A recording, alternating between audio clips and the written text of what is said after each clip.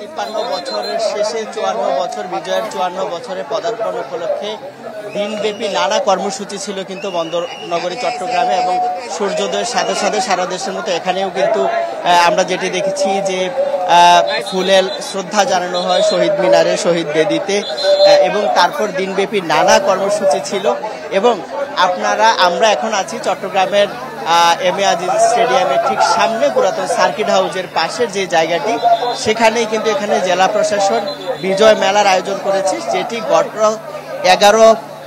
11 December থেকেই চলছে। এটি আজকে শেষ হওয়ার কথা। এবং আপনি নিশ্চয়ই কন্যা দেখছেন যে এই যে বিজয় দিবসে দিনব্যাপী নানা কর্মসূচির পরে যেহেতু আজকে ছুটির দিন, এই ছুটির দিনকে আসলে উপভোগ করার জন্য বন্দরনগরী চট্টগ্রামের মানুষ এই বিজয় মেলাতে কিভাবে আসলে ঢল নেমেছে মানুষের। এবং এই যে আমরা ঠিক প্রবেশ মুখের কাছাকাছি আছি, এই প্রবেশ মুখে মানুষ প্রচন্ড ভিড় ঠেলে কিন্তু এই মেলায় ঢুকছেন, নারী পুরুষ শিশু, এবং আমরাও আসলে বছর শেষের খুশি নগদে হবে বেশি। নগদ পেমেন্টে নির্দিষ্ট ক্যাটাগরির কেনাকাটায় 300 টাকা পর্যন্ত ক্যাশব্যাক।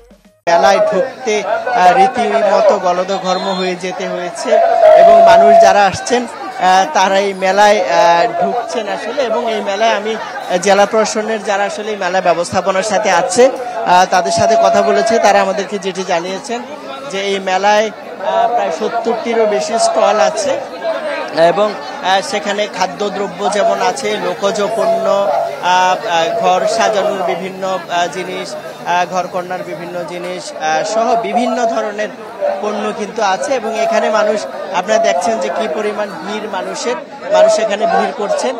তো আসলে এই মেলাটি আজকে শেষ হয়ে যাওয়ার কথা। তো প্রশাসন যেটি বলছে যে দোকান মালিক যারা আছেন, স্টল যারা দিয়েছেন, তাদের আবেদন আছে যে এটা আর বাড়ানোর জন্য। তো সব মিলিয়ে আসলে এই যে বিজয় দিবসের সেই আনন্দ, সেটি যেন আসলে অনেক বেশি পূর্ণতা পেয়েছে এই মেলা। এবং সব মিলিয়ে আমরা যেটি দেখেছি যে সকাল থেকে পুরো দিনব্যাপী বন্দরনগরী চট্টগ্রামে মেলার এই যে বিজয় দিবসটি নানা আনুষ্ঠানিকতা ছিল, এবং সেটি এখনো পর্যন্ত কিন্তু চলছে।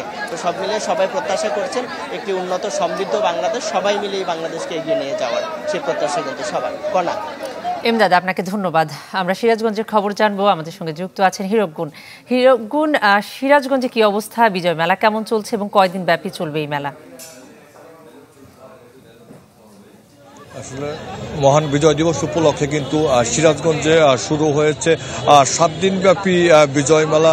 ঠিক সিরাজগঞ্জ শহরে যেটি প্রাণকেন্দ্র, মুক্তির সোপান কেন্দ্র শহীদ মিনার প্রাঙ্গণে কিন্তু আজকে থেকে এই মেলাটি শুরু হয়েছে। আমরা এখন রয়েছে সেই মেলা প্রাঙ্গণে। আপনারা দেখতে পাচ্ছেন যে এই বিকেলের পর থেকেই কিন্তু যে এই বিজয় মেলায় কিন্তু উপচে পড়া মানুষের ভিড় কিন্তু দেখা যাচ্ছে। আমরা দেখেছি যে সন্ধ্যার পর থেকেই কিন্তু এই মেলায় সব বয়সের মানুষ কিন্তু এসেছে।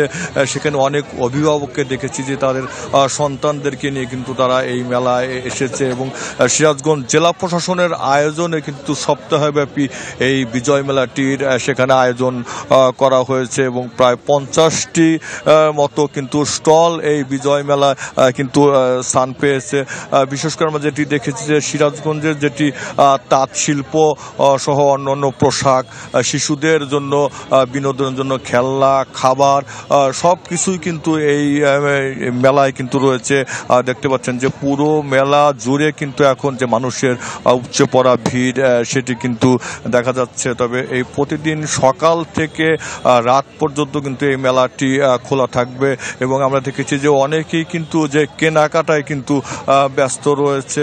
সব কিছু মিলে যে আজকে সকালে কিন্তু জেলা প্রশাসক নজরুল ইসলাম কিন্তু এই মেলাটির আনুষ্ঠানিক উদ্বোধন করা হয়, এবং সপ্তাহব্যাপী কিন্তু এই মেলাটি চলবে। কণা, হিরক, আপনাকে ধন্যবাদ। এবার বিজয় দিবসের আয়োজনের আরো খবর জানবো কুষ্টিয়া থেকে। সে খবর জানাতে আমাদের সঙ্গে যুক্ত হচ্ছেন শরীফ বিশ্বাস। শরীফ, বিজয় দিবসের শুভেচ্ছা শুরুতেই, আর সেই সাথে জানতে চাই একটা মেলার আয়োজন দেখতে পাচ্ছি আপনার পেছনে, কয়দিন ব্যাপী চলবে এই মেলা এবং কুষ্টিয়ার কোন জায়গাটাতে এই মেলার আয়োজন করা হয়েছে?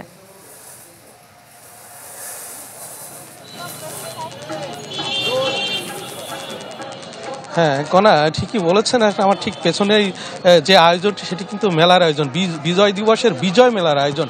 কুষ্টিয়া জেলা প্রশাসনের আয়োজনে কিন্তু এই মেলা একদিন ব্যাপী, অর্থাৎ আজ সকালে শুরু হয়েছে, কিছুক্ষণের মধ্যে আনুষ্ঠানিকভাবে কুষ্টিয়ার জেলা প্রশাসক তিনি শেষ করবেন।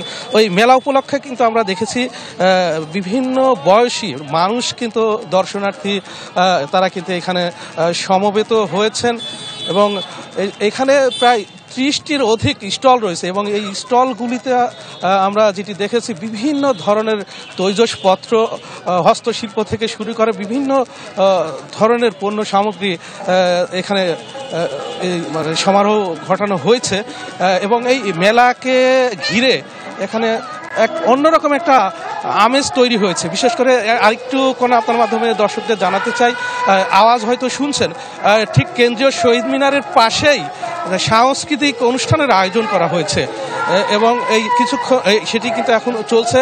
কুষ্টিয়া শিল্পকলা এবং শিশু একাডেমির যৌথ আয়োজনে এই মেলা, এই সাংস্কৃতিক অনুষ্ঠান চলছে।